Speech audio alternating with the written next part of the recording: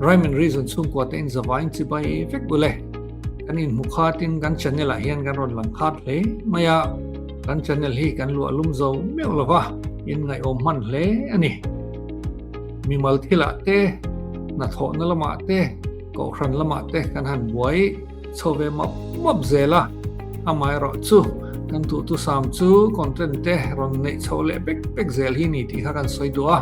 in mi tong try puina te po kan deal du bok ani December tha to khan Bible Sunday a kan ko rana pathian thu poimo ziate in pathian hian pathian thu hi a turamin pe kan i ziate kan nun na le chakna ta na e bor pak turani ziate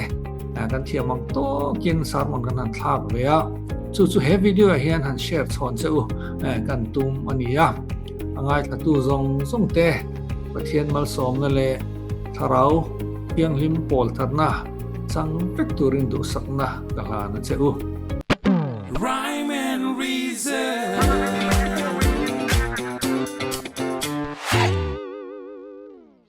Kan thukwi turi pathian thu ring tu te chakna ania kan in kai shoi na bua chiar tu ro mong kha kan chan tu khan ron chiar deuh rak to maya tin athu kan che dan tu te po pathian he na kan don ve an tin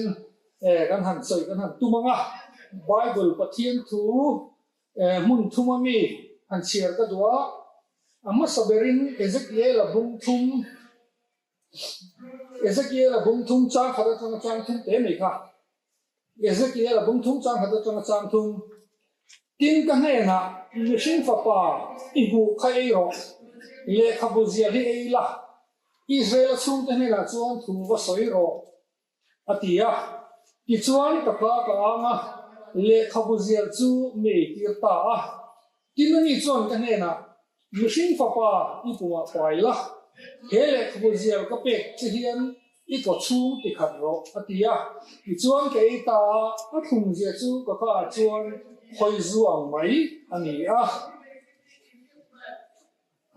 thupuan bung som sang kwa le sang som thu kha thupuan bung som sang kwa le sang som tin van te ko ne na chuan ka wakala ane na le khabut te tak te kha mi pero katia tin ani chuan ka ne na la ezo pe ro ti chuan I pung chu ati kha nga ikai ro chuan khoi zuang na thumang atia tin van te ko kudata le khabut te tak te chu kala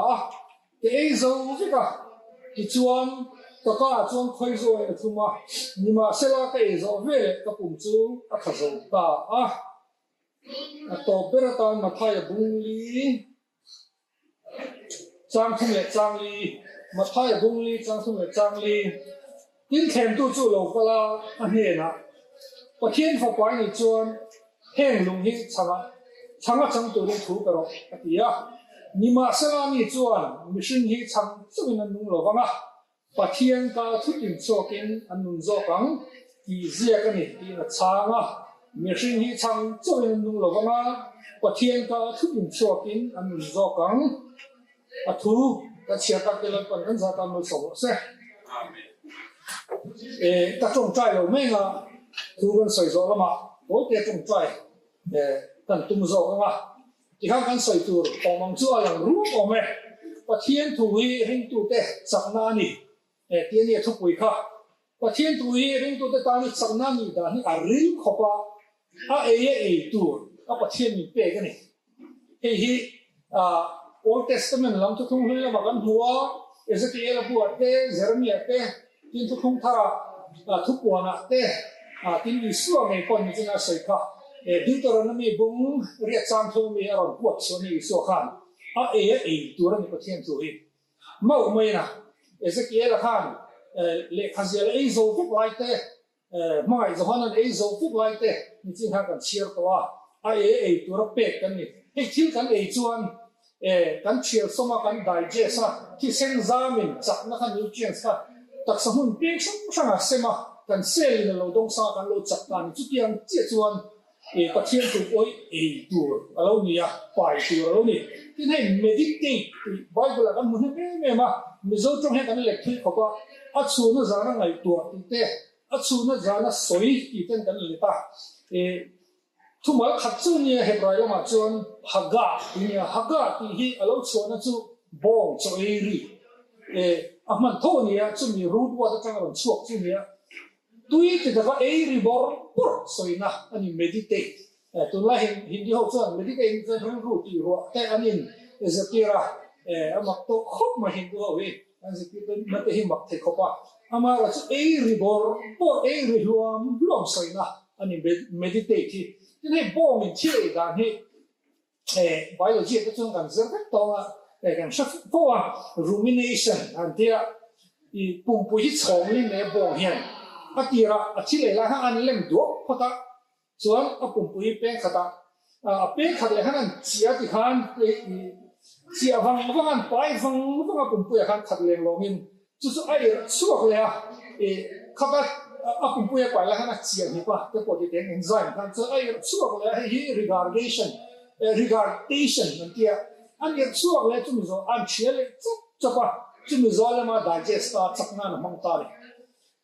pathian tu hi meditate ro tia bible pathian ni shwe yang bong so amin ro mi tia ne chu kan ne kan lem do phota ma kan pai wang fu kan pai choi nga kan ye suak le nga kan chia le chu pa kan lem le nga chu zo chakna kan ta na lo ni do ni chi tiang ta ka tu ra pe chu kan lo ni le pathian tu hi lem tu ania pai tu ania pai ren ron thak tu chuan chia le chak tu ania chu mi zo kan do ta nge nge nga chu chak na lo chang do ni chi tiang ta ka chia tu chu ni pathian tu ta ngai nom ban ti lo mai thai tu chuan chia po kan thak thiam lo mai thai pai ren ron chia le chak tu pe kan lo ni re ani le soi ta zeli la pathian tu hi tur tui ta ni top mai ho I tur tui ta ni bible hi kan bible to na kan nei la hi kum sang khat zanga chu te me mai mo sia tanga he ta new testament writer ho kum sang khat zanga chu te me mai mi nang lo tak mi som li ve na zenia chen chu doctor te ne lo ba chu chen chu zo ne te chen chu lal te chen chu sang man tu te chu tiang na mi top tak inan zenia continent pathum asia africa europe munin ang lo takra chen chu jela tang zete ni chen chu lal ina tang zete ni tin chong pathum te me mai hebrai arami ko ni greek te zia ania chu tiang taka rei kum sang khat zanga chung zia mi dar sak tak takina an zia chuan soi tum pakhat ania zia chu hele khabu hi mishing te zia chuak ngot ani lo unnatural supernatural thil dan ho ha ni atira changa genesis rang thupo hian soi tum pakhat ani chu chu I suwa chang cheng ani kak mai ni amak le me ya hetiang le khabu hi lo science bu te to aram so ka kum le chok na ron ni la man kuma galileo te vele changa an soi pe tu na hian hik mang pong to lo wa I khang tiang khan subject dan chu dang ze ani tin mi tam ta hian contribute ta thu khat soi bu dang awam lo subject dang awam hek lo unnatural supernatural ni pathian ni tho khuma machine te manga ze hi chiang le ni tin atui to tui ta kan gen ti ka bu somro par go ma langai na mi ta hwa awma history ngai na mi ta history awma philosophy ngai na tan thuril tam ta go ma in la na thu te tin dan thu te dan chatak mo ti ta no ma tu chi sang o ma taste chi sang ani ni he bible hian tui ti lo om thai lo tin balance diet and balance thap bo ne chu tiang chuan he bible tu ram in ti pathian pe hi tu tui takani tin ta khop me la tho me tin dot le chuan tu chat takani han ti le top me te history ganen chuan bible hian khovel hi asiang dam lam lok ti la kan sai sual lawang nam kol sen vaduk tu chu kan bible tho hini nam mol choi kam tu chu kan bible tho hini europe rama barbarian ho ta nam chang kam ta ka khovel nam chang kam bra chu tu bible tho hini tin civilization le culture ta hey western civilization khothang kan ti me ta hi bible be chana siam ani tin ro re na dik kan ti justice te po hi Bible idea tanga children so tam phu me human rights kan ti te po hi mi tin hian run no bi kan nei sovereignty of individual te khoi dang bua ma kan hulo tu philosopher mai say the Bible atanga original idea kan hu ni pathian anga siam kan ni ti Bible chon ni shila chu ta kang chon human rights te hi ron so ta tin tu lai kan man tam tak modern law ho hi constitution a ram dana te kan man hi biblical thinking Bible atanga ron suak tam tak ma he India ma te po no kan ti pha na freedom te kan nei pha na rights te kan nei pha na hi ni tin literature le music lam pang po aram hong dang lam na sale sai ngai lo he chu kan chian tlang a tin sung don na khove le ram in rel bol na economy te po hi kan in ben chon Bible hian na sa takin chok dang lama min ti chang kang do ni he Maxwell bar te chuan in Protestant work ethics ti le khapu kha je ka khata khan kan in pe chuan Bible ring tu te na khok bor por na rani tu economy hi te soya tin he right to property ti shin to po hi hamura pilo dan masa ho zong zong te ne Bible dang la chu meeting hian thil anei te tu song pe ga kan ven te ta upload tu ram ti te right to property te alo issue to ti mai ang toy zong in tin he mi zo society to po en tai la kan ha we men ram hoi bu tu po chan chin tha tho Bible in zia min ti chang kang tu min choi kang tu Bible sei tu ra tam mai Bible he tu chata ka ni pathian tu tu chata ka ni tin ni mal lu na tho dan te kan chuan sei tu kan nei kang testimony po kan nei kang ni mal na tak tak chuan tu ma hi puaro anong ngai lo wa tu ma hi sak lo anong ngai lo ni mi pakhat chen chin le ka tu sei tai la tho me thu rel to la re me prince of preachers santi chen chuan tu sei tu te ron chin te pon tia Charles Spurgeon hi ami kan chen chu mo me mak deu chuan ni hi depression nei na sal to anxiety nei na sal to kan ya mani nun na la du na te hi na khat ve thin ni chu suai na suala tin hei panic attack kan hi nga me ma phum zo lang deu thore om thin ni Bible dam doi ka mang do na te dam doi an siap klap mai chu adam mai ni lo wen mi tam tak pui tu khang min pui tu ni ani chho te zela ni tu na han eng nak na po nei la Bible hi dam doi mang the ti kha kan sai ma sa do ni mi mal nu na so ta hin na tok the ya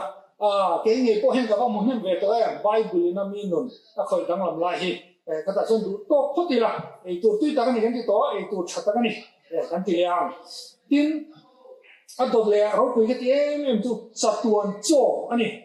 kan la li so chuan he ti hen ti le van aralanga ka thuer chu ral lo wang hi dik zeng mai ni ala dik zela Bible hi chatuan dai tu ani ya ti kan no pon lion sweet chatuan sweet hi om china asem rang hi kan ei ve hone mo ka hlo asak khom me thu me ma no pon hiện tại số hiện cảm đã còn phổ ra liên tục ra nấu bằng phổ chẳng có lo phải cho cho má chắc anh ấy thế này cho tuần suy anh chị na ama số bát thiên thủ hi cho ai đấy rồi cho này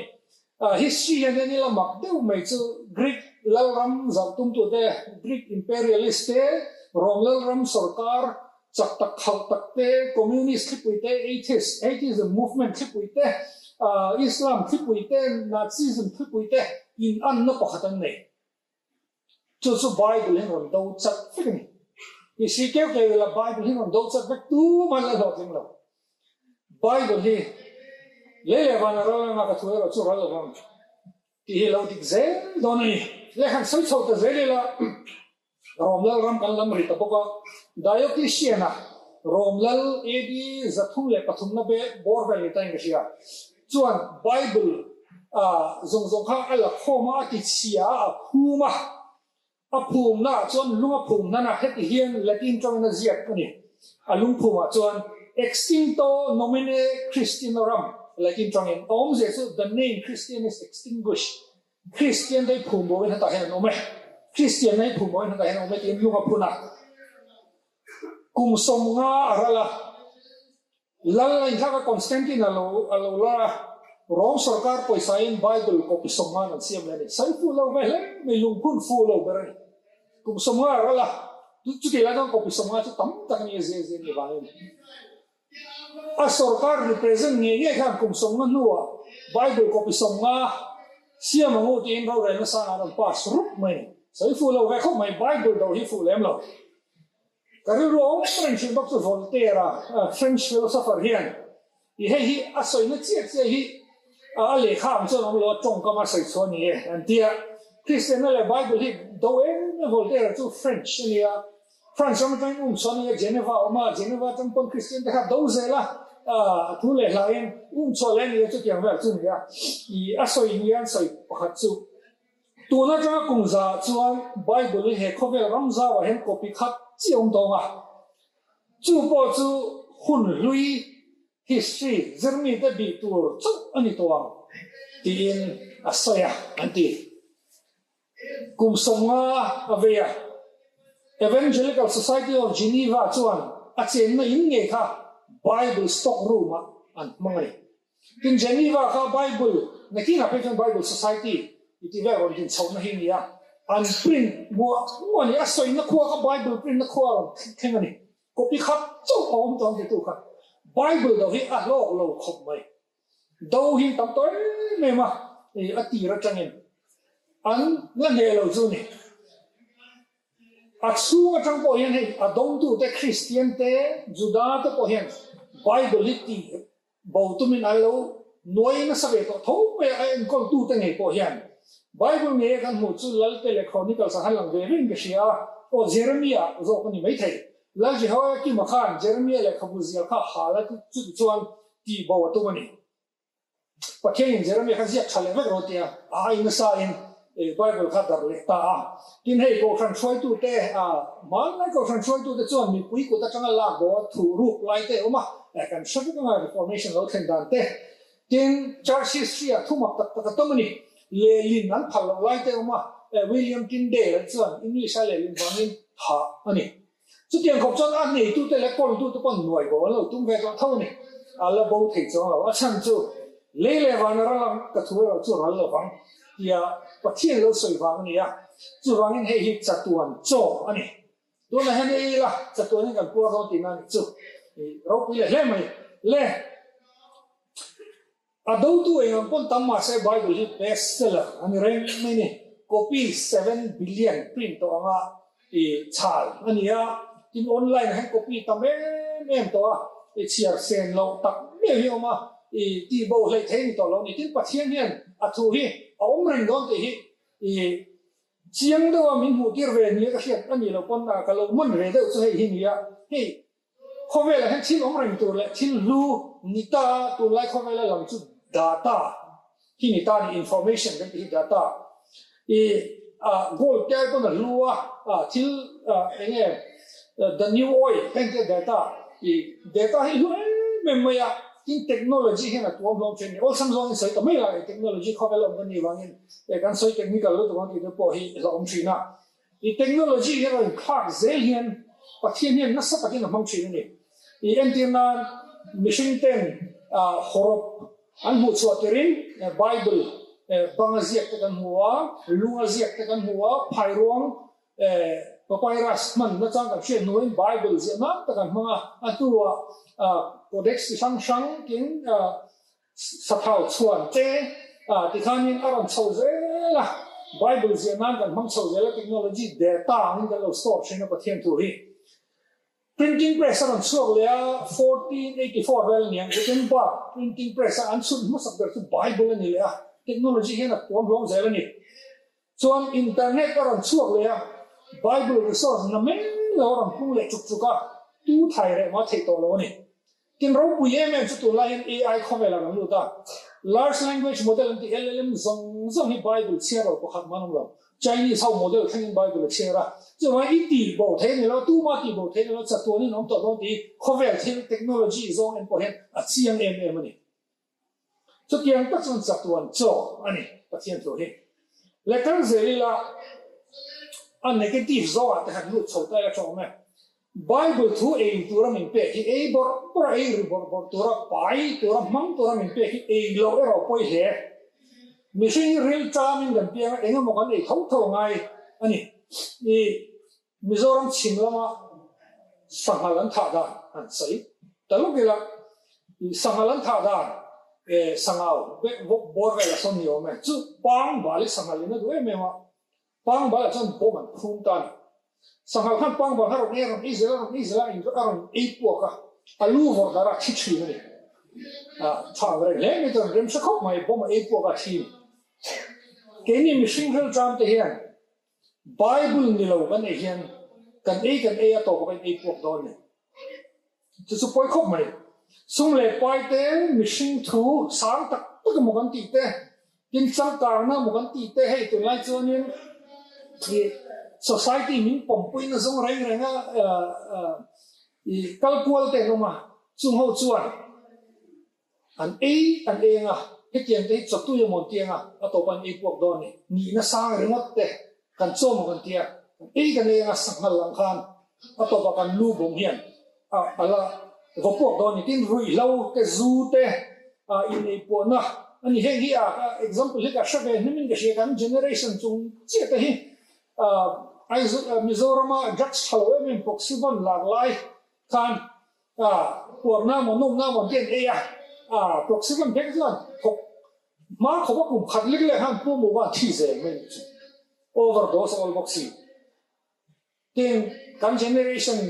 chung do ka le ke mani generation ho to pohin ya in ti chang pang na zu ma chim khop me deli ran chu khau wan shop line selfie ha ma da chin hi ka ti thai khop mai an e chang ka ma mo in ti ve mut ma ya ni ka ran khop mai chemical le mo kan du ru tle ma thak te kan e anu lo ka kal thak mai tem po u ka anh mình để xem rèn mua một tiền khan anh ấy buộc ra lên này tin tụi lain in job này là ta na kan man social media he kan job sai ma social media ka sai sai lo ba ama ro chu ring bra ni thalo le mi thiam den an su dan chuan hetia social media kan scroll the na sim ne ko ka dopamine hit tam tak kan le the na kan nom ve the na ni som ni sunga mi pa ngai ka din scroll Mount Everest chen chian ni ti meter sange zare somji le pare a chen phe tu ro chuma ko ku kang chen chen phe chu lai ku kang chen re ek kang chen i a chalo lo ve social media ko factor i son ko ve la ka ro u ke ko ve le ne ta ve tu amara chu in choman e ta ta na man chuan kan le e pok do ni e mani lo khan ke ro te ne hun kan manga thil chado le chalo to ni thil chado de zo na min zo na sa ko me hu ko ne ron zo je la thil chado chu thila che me ma chado rem ru mani ma se han ti pui tak tak han an shit sin ni hey TikTok link tang vel mo Instagram story link tang vel sure roi he na ma so tak kan pe go zo ni ho po hi an lai to ko mai ti han sai zo du ni en po chu ni se kal zel tai la Bible ni lo thil dang ei chu an lei nei pok don ti kha kan point ani apa ni le na chuan Eskimo hoin jin hian tha dan le tu tha dan pok an zo nam do ko mai mai chu Eskimo hoin jin hia wolf san tha dan chu chem shiam lo to shiam ton hi an la ran tala thi sen kha chu chem shia dan ta ni an da khang pok a khang thatoi ti ve an code le an part le thi sen kha an da le chu ti chuan an ti le la ni code li code nga an ti chuan kha thi sen kha khang box ni lo khat lui to me chem shia ma khan chu ru ra han da top me an kal san top me ni chu ta ka mo ti in chin ni han lo liak tan chu ra thak am re khop me a liak ga a le liak bunga a thi to thelo wa khan a thi me kha chem kha ari manam ve thak kha chem kha sari manam ve thak ki sen wangin amai ro chu e tur ta kan lo wangin ai liak thi me ai liak lum thak na chu ka mai to china ring tu de ko he pa thian tu ring nam ve si pa thian tu tak ni chia si lo he bible ni chia si lo he ai le lum theng ni sia he ka skan soi ko me nga hey apologetics to pa ka tui ve chin to hey philosophical framework te chil ti san logic mang te ti tur hi ni amara apologetics mo an hial khana ru kan tu chuan rim chu nam ve pathian thu rim chu nam ve in lia luk nam ni man ro chang kai lu to ni tu lai phe chuan pathian ram lak na na man ro chang kai ni ma se pathian thu ta ka tel lo chuan rim nam ve se nei lia luk thei hi ka chiang khom mai apologies in lia khom ka hatu mai ni ka sai do lo wang ti le ze tai la e ka thu fiar do mai thei ama tu theology te po hi chang kai lu tu siam nge nge tu kan in nga na ni a tin hey dogmatic santia thurin kan ti ang hote poi bolu tu kan ni chalo tu amara chu pathian thu tak era chu ani chi lo ti kan sia ta ngai nge sia theology chiame men pathian rin ne lo tam lu tu liberal theology zama hen kalila tin theology soi zat zat thei pathian thu nung soi nung le thei ni lo ka tong nem ve ni nam da kan ni mi zo ni lo chu wang zo hi po hi pathian thu rim chu nam theology dei atuak chaber tu rin zer tur pathian thu ne kai kopin ki khan that tu na zer thei ni ke po hi zer le lo jong ngai lum ka ti ve sin khop mai ama ra chu liek le ki la in ye hum thei hi ka chiang ni in hi la lo oma critical theory lo ni lo box ye ti khan ni e pai pa ai ye hum thei ni pathian thu tak chak thi a cha khop mai tin soi zel la history kan en chuan ko khan malak na le pol ram zong na chi te po hi india khaman tam mai ke click ho kan ti mai khat la kan tel bika ke click chaw ko khan oma india khum lai te po kan sia ram zong tum lu tu poisa na chang lu tu india khum lai po kan shar ni chu tian chan i ko khan malak na u ta chang program ri ho ta chang kan rong bol la zon ri ho ta chang pathian thu po si la india khum sai tu ran tam mai ngay tiếng rong bol tu rau pui tak tak te an tu le chin kan ti chuan a thu ta ka ong ma ven a rim nam ve sin lia kan chu ni le kal sang le kai la khat lai ka a dot le chuan processed food ti hi ong le a cho siam chop amo cho khoi dang lam te po han ti kai la thaw ma hi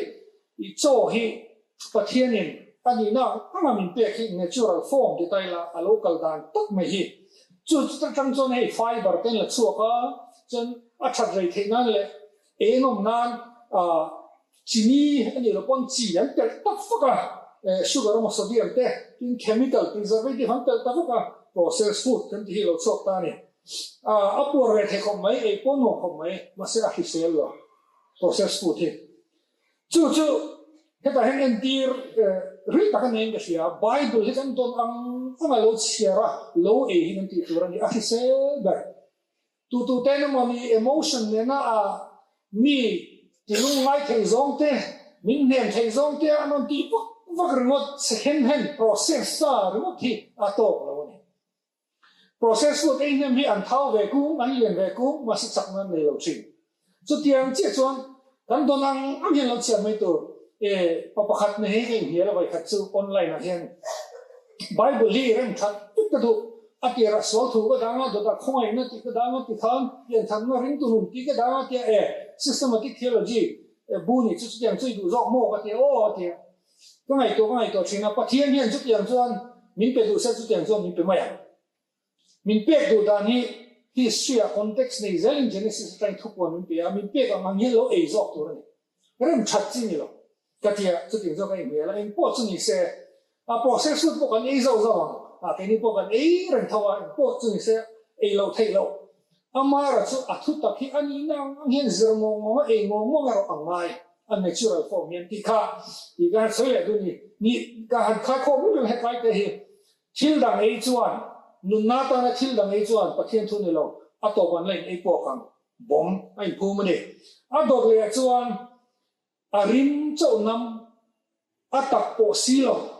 ei chuan ai le lum thei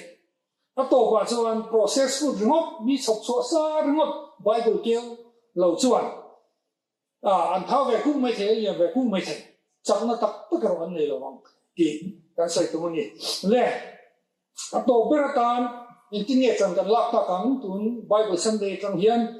ti han soi tai la tho me chu tiam ta ei tu kan nia ei lo ho me si chuan pahan na chung mi mal nu na pathian thu ni tin ei lo ho me ni ti lo wang u han ti ve tok mai la chan chu kan soi hoi ve na de het chu ei kung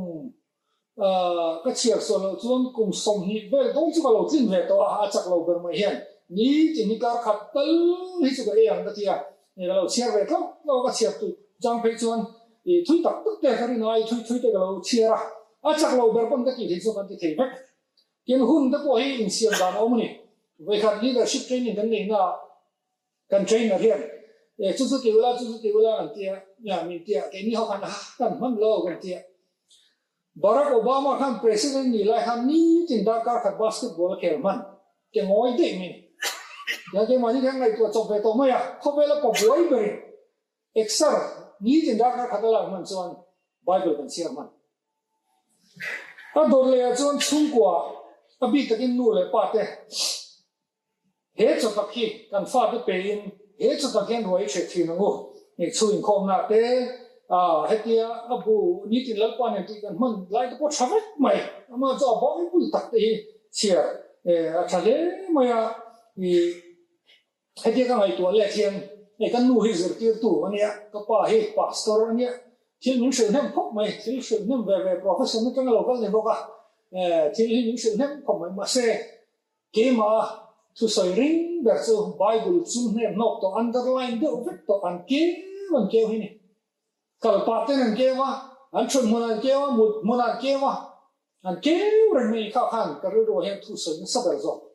an so zong ai han so san de hia zo vai nu le pa te hian he cho tak ki kan fa te kan che an lai ni le chian zo ho te po hian bible study group te hin tur mizoram kan ti gan ni lo ti te chu me zo le mi ti te he por turan ni wangin bible study group flock puilu tu he ka khanem to tin harna lo thendana te he mi thati so te John Wesley te una history che remo bible study group te harna te lo thenna sa mi nu na kha sa tin te hi mani chen zau te tin he structure tharin ban he ka jon bielin khom ke u bielin khom te bible study group hi nei vek itu mamu ti te kon in challenge se la tho me imiti da em ba ngai lo bible study group an nei lo wang zoram to ko khiti an ni ti chu tiang wang chuan bible study group nei te hi in ti mo ti ka in chona ni le se tin to bera chuan hei kum thar kan kan do na ni china kan ziak tu in ni na thar te ron pu aron puanga khan tia kan ko bela te fellowship ko te in khoma te secretary thar te hun ro tu thar te kan om choi committee te nakumi bible engong kum pai tam kum man tum tai la chapin ge she program siam to po hi him takin program to ko man thaya kan thi thin hai kan program man dan he ke mani ni lo ke mani ko fan lo mizo zong hi khalai te po khun khan do kan man lo vek chon kan fellowship of fiam to tho kan tum le a in karmel hen nuam do pathen tu zer ho the ni chu ti ram te chu wai takin ti la a poi mai me ni he chung kam cha fel le moi te ke izir ti na se me ma cha che dan moi te in che dan thui ke izir ti na sa la sak dan ti te sal family sak te na te khang ke zong zo ka aral vek do na ke chon cha tu na ong tur ong chun chu pathian tu he pathian tu zer lo yan thil kan ti kan ti chon kan ku kan khora la ni thil dang zong zo ka pathian tu zer ti ngom tu ni zo ra se na kuma kan program set dan ke hian pathian tu zer ngo pai ngo ye cho le chian ta ka te ro se ti ni zo na ro chi mi ye thu kan sai tak ka lal pan kan za ta no se